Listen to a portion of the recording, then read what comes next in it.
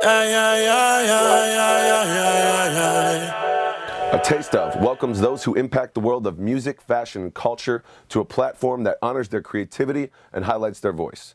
Our goal is clear: illuminate the light shining within the guests that enter our space, giving you a taste of their creative process. I'm the Kid Phrase. I'm here with It's Whatev and Jasmine Janine, and this is the very first episode of our show, A Taste Of.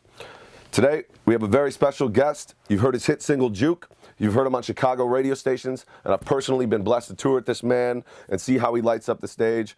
And now he joins us today. It's a pleasure to bring to you Austin Fillmore. Austin, thanks for joining us, buddy. Thank you for having me. I appreciate it. Absolutely, man. So, Austin, we met probably like 3-4 years ago now. We had a show at Joe's on Weed together. Correct. Was that Flint Flossie show? Who was that? Flint Flossie. That was the Flint show. That was a crazy night. It was fun. We had a lot of fun. I was really drunk that night. Yeah, I think we all had one or two at least, and a couple pizzas after as well. A bunch. So I've gotten to know you over the last few years, and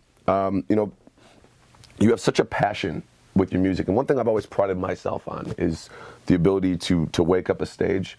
And I don't know that I've actually ever played with another artist that really, really bests me in that situation. And you do almost every time. Thanks. Not every time, but almost every time. So my question, Khaled, we the best. but you have this energy and this light to you. And so my first question to you is where does that come from? It just comes from within. It's my passion. Like when I'm on stage, that's like when I feel the most comfortable. That's when I feel like myself.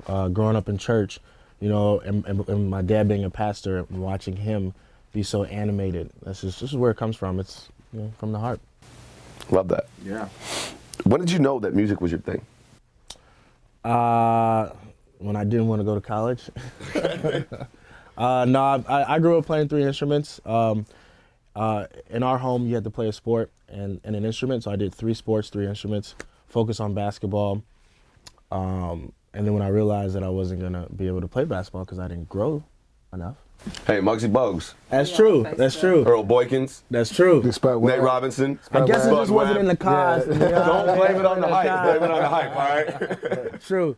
No, but then it's, a couple things happened and went to jail for a little bit. And then when I got out, I was like, let me try this music thing.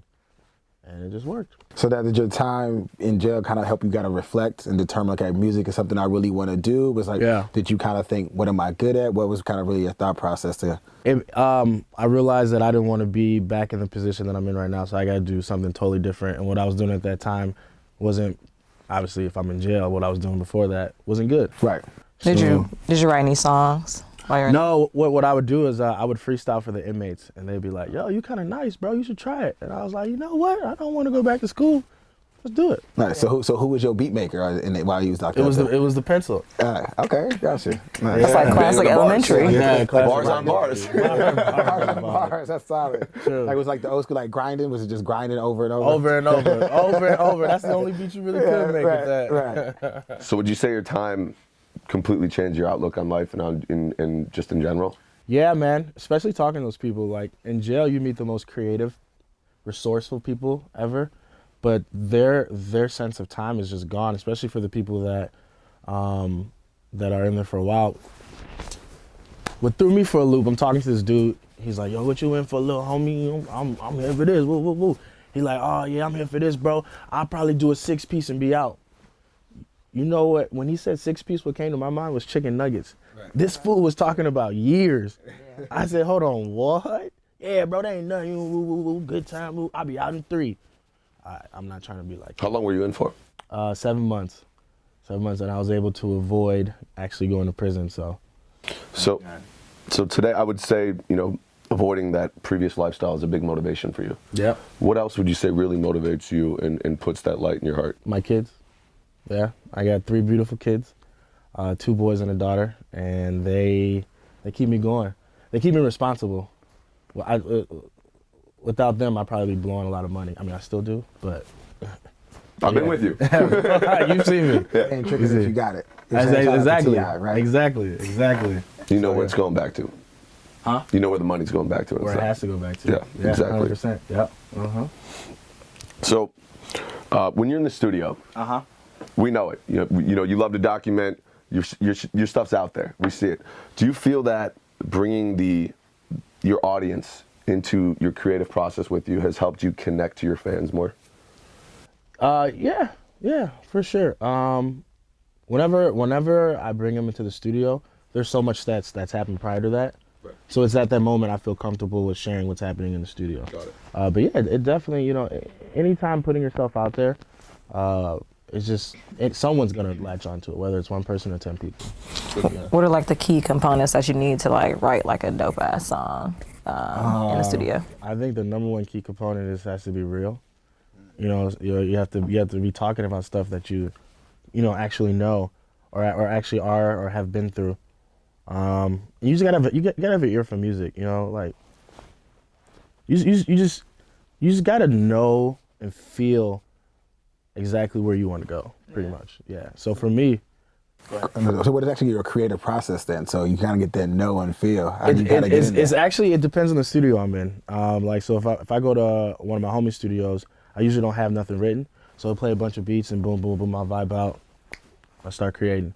But a lot of times I like taking my stuff home, writing, feeling it, going through it, and really knowing what parts I'm gonna hit and what I'm gonna do. So my process is just an everyday. It's a long game. It's a long game type of thing. It's funny you talk about speaking written, because I know Jasmine had pulled a couple different things for you to kind of check you out, though. Okay. We're checking out some of your lyrics for you. Okay. So we're going to put you on the spot to see how well you actually know what you wrote. Okay, let's get it. All right. Let's see what we get. This is the very first segment. This is that. Name that lyric. Name that We're lyric. gonna run this back on every show, so enjoy. All right. All right. So the first one is, and I can never get away because I'm a sinner. Say it again. And I can never get away. Damn, you might have stumped me on this one. Hold on. And I can never get away. Oh, that's Need More. No cheating. Yeah. I thought we got him on the first one. No. I just had to put myself back in that place. That's for my first project, English. Yeah, Need More. Yeah. Yeah. All right. My heart says I was always born to be a star. Yeah, that's Red Bicycle. Red Bicycle. And because I won't turn a used car into a new Benz. 5,000. All right. You might know your lyrics. So let's talk about the first one. You say I can never get away because I'm a sinner. Need More is a song about never being satisfied. That's the type of person I am. I feel like we all have like our personality types and vices, and I'm the type of person where like it's never enough, which can be a good thing or a bad thing, depending on how I use it. And that's what Need More is. And Need More is talking about this lifestyle at the time. This lifestyle that I was heavy into, like a lot of partying and stuff like that. You know, I could never get away because I'm a sinner, but I know I shouldn't be in that lifestyle. Right, because you talk about how you were like raised in church. Yeah, 100%. Right. 100%, yeah, right. I feel where you're coming from. Mm-hmm. All right, so my heart says I was always born to be a star. What does that mean to you? My mind says that I was destined just to work a job, and my heart tells me that I'm supposed to be a star. I mean, that's the classic battle between your mind and your heart, from what you want to do and what you think you're supposed to be doing. Yeah. And going through this life, going through my life as I'm, coming up, it's like my head's just be telling me like, yo, just take the easy way out, just get this job, work this job, be cool, be smooth, get fat, get old, woo, woo, woo. That's not me though. Yeah. Your head tells you to get fat and old? Yeah. Okay, just curious. My head does not tell me that. Six-piece McNuggets. My head might say, get to the gym. My body might be like, bro, there's another episode of Impractical Jokers on. Stay in bed. You like that show? I love that show. I'm going to see them in Orlando in a couple of weeks. I'm stoked. Like live? Yeah, live. They do live shows? They do live shows. They do tours. You trying to take me? Nah. Cool. We're not Yeah. Right. I'm gonna take my dad. His name's Larry. So I'm gonna see if Larry! Joe on the show is always running around screaming Larry. So I'm gonna see if I can get him to scream Larry. I'm gonna add him every day on Instagram until he hits me up. That's lit. That's the way to do it. Then tipping off the last one, you say, because I won't turn a used car into a new Benz. 5,000 is about a song, or is about a girl who gave me $5,000. All at once, or is this all at once? Was it Venmo? No, it was cash. all singles? All It singles? was all 100, baby. Calm down. You want a strip club with that? Hell no. I bought a laptop. I bought a bunch of shit, but no, she was trying to make this quote unquote investment into me. But her whole goal was to attach yourself along to the ride. And I was like trying to tell shorty that ain't it. So I'm not here to turn your used car into a Benz. That's what's up. So in terms of like in terms of that mindset, in terms of whether you the kind of car you drive, used car to a Benz, are you kind of really big into style and how you kind of carry yourself and how you present yourself? I feel like I made it when I get my dream car, which is a Mercedes S500. Mercedes Benz, yeah. What about that car stands out? I don't know. Ever since I was a kid, I remember I saw a picture of it and I was just like, man, that look cool. And my dad always had Lexuses, so I was like, but I want something different than him. Right. I want some luxury. I'm a luxury type of guy. I'm not into fast cars. I just want me something nice, something smooth. Get to point A, get to point B. Okay, you say you in the luxury. What kind of, when it comes to like the style, what's some of your favorite brands that you kind of rock? First off, shout out my homie. He makes a lot of my clothes. Cello, Mad Luxury. He's a local Chicago guy, so definitely like his stuff. And he's got to rep the Austin Fillmore. Oh yeah, I got my own T-shirts, Austin Fillmore. And the Artist Collect hat. Shout out Artist Collector. Yeah. But no bull though. I like Forever 21. I be in it. What? You know what? You can get some simple pieces from and Forever it's cheap. 21. Yeah. I got a great jacket there the other day. Yeah. It's cool. Yeah, but for me, I just whatever I find I like. I don't really care how much it costs. If it look good, which it usually does. But So one of the segments we like to do here, and a taste of, is really to kind of give a taste of everything. So not only with your musical style, taste of who you are as a person, but a taste of your fashion, taste of your personal style as well. So we have this segment called Feeling This Fit. Essentially what we do, we kind of pick a couple of different photos and be like, I really asked you, what was you feeling when you put this fit on? So the first one we got for you, Austin, is this one we pulled for you right here. I think you like in a bodega here? What you got? That's a liquor store. We in a liquor store. 40s and shorties? 40s and shorties. So this shirt, low key, was by a brand called Iconics. They sent me the shirt, and I told them I'd do a photo shoot. So they gave me the shirt for free. So I was like, bet. This is actually, I was on my way to a studio session. So I was like, let me go ahead and rock this out. And my homie took the photo. The pants is Forever 21. The shoes is Hirachis. They made the comeback. Right. You know what I'm saying? And I was low key I like black. I like the all black look. I was just, feeling myself. Okay. Feeling yourself. Beyonce, shout out. You know what I'm saying? Shout out to Queen. Hey. And in this one, though, I had to ask you, because you got your little like kung fu, show enough vibes. You know what I'm saying? I look like Weirdo. You really is show enough. I look like Buddy from Roll Bounce. Nah, I was gonna say, I was saying my homie from Last Dragon, but true. But you definitely got the whole like Asian tats and everything. Yeah. So the pants are what my homie, I think I shouted him out earlier, Cello, Mad Luxury. This is his clothing brand, and this was actually my old apartment complex. And for some reason, I was high, and I was like, yo, I want to start shooting photos with my shirt off. So I just went downstairs and started shooting. Yeah, that was it. Do it for the ladies? Do it for the ladies. Yeah. Do it for the ladies. I wanted that like the Jimi Hendrix throw out. Okay. Yeah, type of thing. So, long hair don't care? Exactly. Yes. All day. Honestly, man, I'm so focused and honed in on my music and my career that at this moment, like anything else outside is just like, I'm oblivious to. So, but yeah. You have such a, focusing back on your music and your career, you do have such a unique style about you. And when I listen to your music, I've always felt you have like a Gnarls Barkley, kind of like CeeLo Green vibe about you. Mm-hmm. Who would you say your biggest inspirations are? Well, first and foremost, my mom. So growing up in church, gospel music, and my mom. So my mom played the piano. She's a singer as well too. She was always singing and always humming. She was always listening to Gladys Knight and Shaka Khan and stuff like that. So very, that's where I feel like I get my eclectic style. Like if you listen to my music, I'm never one thing. Especially with the last project, Think Less Fillmore Volume 1. Every song is different. I went from an 80s British pop vibe to a reggae. 80s British pops come from hanging out with my older cousins and the music that they would listen to. They would listen to like David Bowie and stuff like that. But I would say probably my biggest influence is Michael Jackson. Okay. Yeah. I did not see that one. Yeah, I love Michael. So do you feel that Michael reflects back into your music at all, or is he just someone you looked up to as an artist? No, I definitely like to reflect or use him as a reflection. The song Annie. Yeah. Is an ode to him, Annie, are you okay? I know the song. Yeah. And so when I wrote that song, So when I wrote that song, what I wanted to tell a story about myself. So that song Annie is actually about me, but I used it in a way where I've talked about a girl. Got it. To make it more appealing, to also use that Annie, are you okay? Got it. But yeah, so and then also my performance and how my stage presence is very. You moonwalk?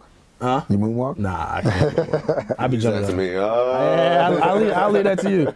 No, but like my performance style, I mainly get that from my dad because he's a pastor, so he's jumping up and down. So I would say it's a mixture of like church and like James Brown. Yeah, I'm glad you brought that back full circle from the beginning of our conversation, because when you see Austin perform, it really is like he's to a degree preaching to the crowd. And when I say preaching, it's not like, oh, he's preaching to us. No, it's like you are preaching to these people, and you bring people in, and their hands are in the air, and you really have this electric draw. Yeah. And even the way you hold the microphone down at the bottom of it, you've Like got this. your own very, and then you're drinking the mic by the end. Yeah. You know, but like, No homo. yeah.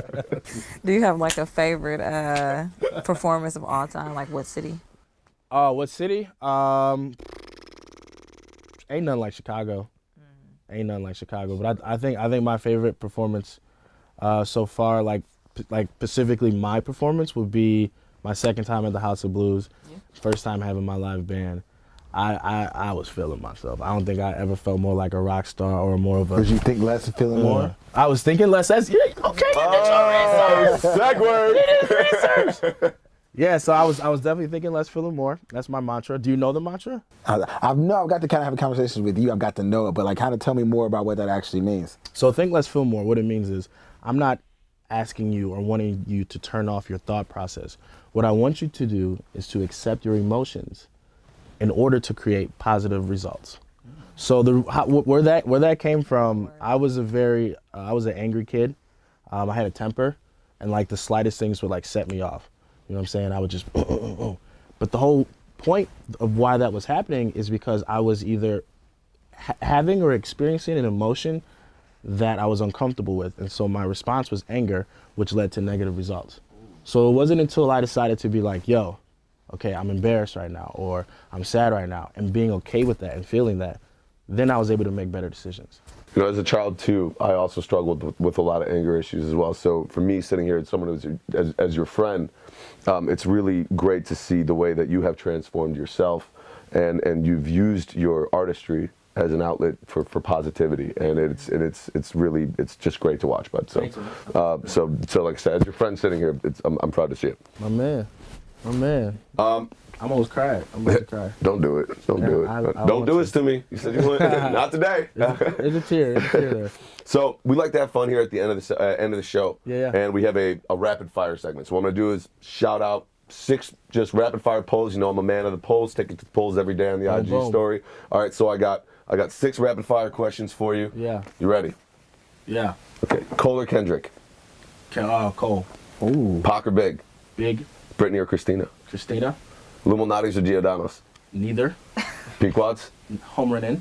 Oh. Listen, home run in is fire, yo. And peep this, yo. Peep Hold on, this. so you doing? It's a taste frozen? of. We don't need Yeah, this. everybody wants a taste of home run in. Yeah. I'm not talking about the frozen pizza. Have you been to the actual restaurant? Nobody goes to the restaurant. We gotta go pizza in Chicago. Come on, man. Home No. run in is fire. Listen, home run is so good. My mom said that's the last thing she ate before she had me.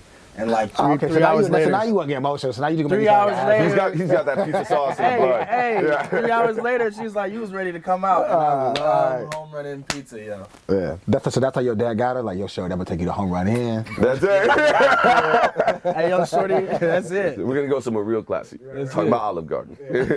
They got breadsticks deluxe. All day, all you can eat. Nike or Adidas? Nike. Skittles or M&M's? M&M's because of my mom. She loved M&M's.